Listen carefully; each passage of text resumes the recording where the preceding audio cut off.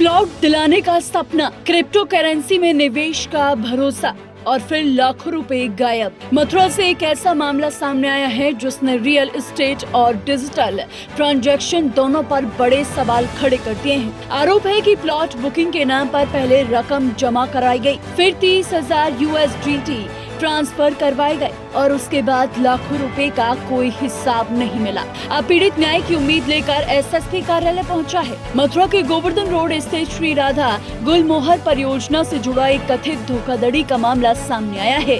पीड़ित का आरोप है कि प्लॉट दिलाने के नाम पर उससे लाखों रुपए की रकम ली गई, लेकिन ना तो प्लॉट मिला और न ही पैसा वापस लौटाया गया। शिकायत के अनुसार पूरे मामले की शुरुआत प्लॉट बुकिंग से हुई।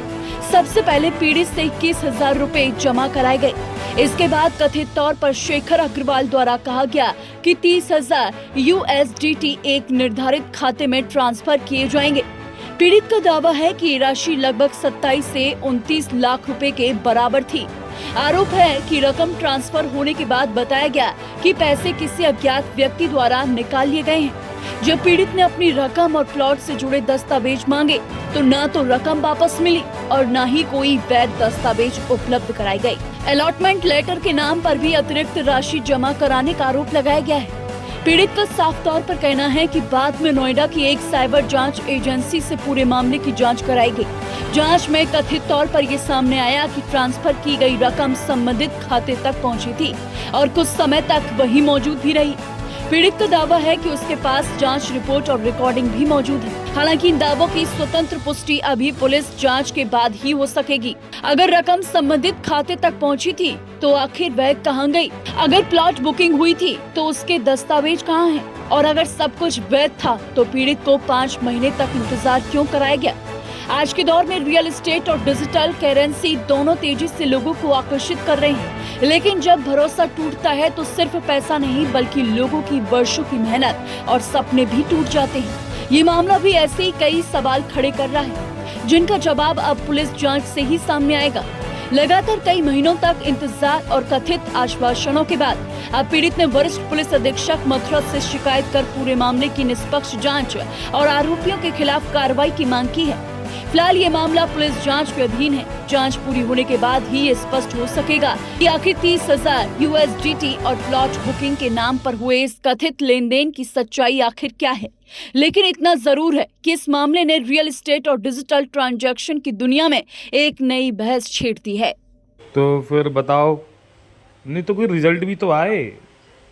अब भाई देखो, आप मेरी बात समझो नवीन भाई। भाई रिजल्ट के लिए तो मैं वेट कर रहा हूँ। देखो आप मेरी बात समझो, जैसे जियाजी की रकम फंसी हुई है, रकम तो अल्टीमेटली मेरी ही फंसी हुई है ना। ऐसा तो है नहीं कि भाई मैं तो फ्री हो गया और जियाजी फंसे हुए हैं। भाई अल्टीमेटली फंसा तो मैं भी हुआ और मैं पूरा प्रयास कर रहा हूँ कि कैसे ना कैसे करके ये मैटर सॉर्ट आउट हो जाए। तो यार एक बात बताओ ना, शॉर्ट आउट होगा कैसे? अब आपने बेंगलोर का प्रोग्राम के लिए बोली थी ना। ऐसा है, बेंगलोर एक्चुअली है क्या है, मैं बता दूं आपको। दो बार हमने उनसे समय लिया। हाँ। ठीक है। और दोनों बार वो पर्सनल मेरी मजबूरी की वजह से कह लो कि हम लोग नहीं जा पाए, है ना।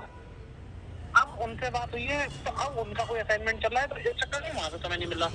मोस्ट लाइकली मैं ये बात बताऊं, जैसे आज हम बैठे हुए हैं 23 तारीख में, ठीक है ना। हाँ। तो मेरे ख्याल से 28 तारीख में 99% प्रोग्राम बन जाएगा। कब बन जाएगा? 28-29 जनवरी।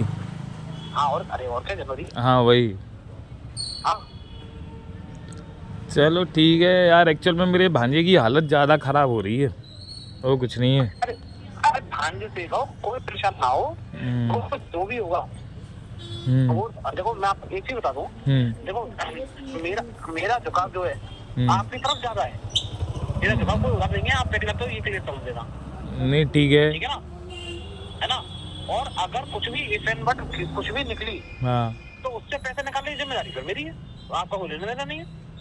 हाँ तो बस ठीक है, फिर बेंगलोर का ही प्रोग्राम बनाओ, और कोई इलाज है नहीं इसका। हाँ तो बना लीजिए उसका, वो 28% बन जाएगा। चलो ठीक है ठीक है ना भैया। ठीक है okay okay, Radhe Radhe. Thank you, Radhe.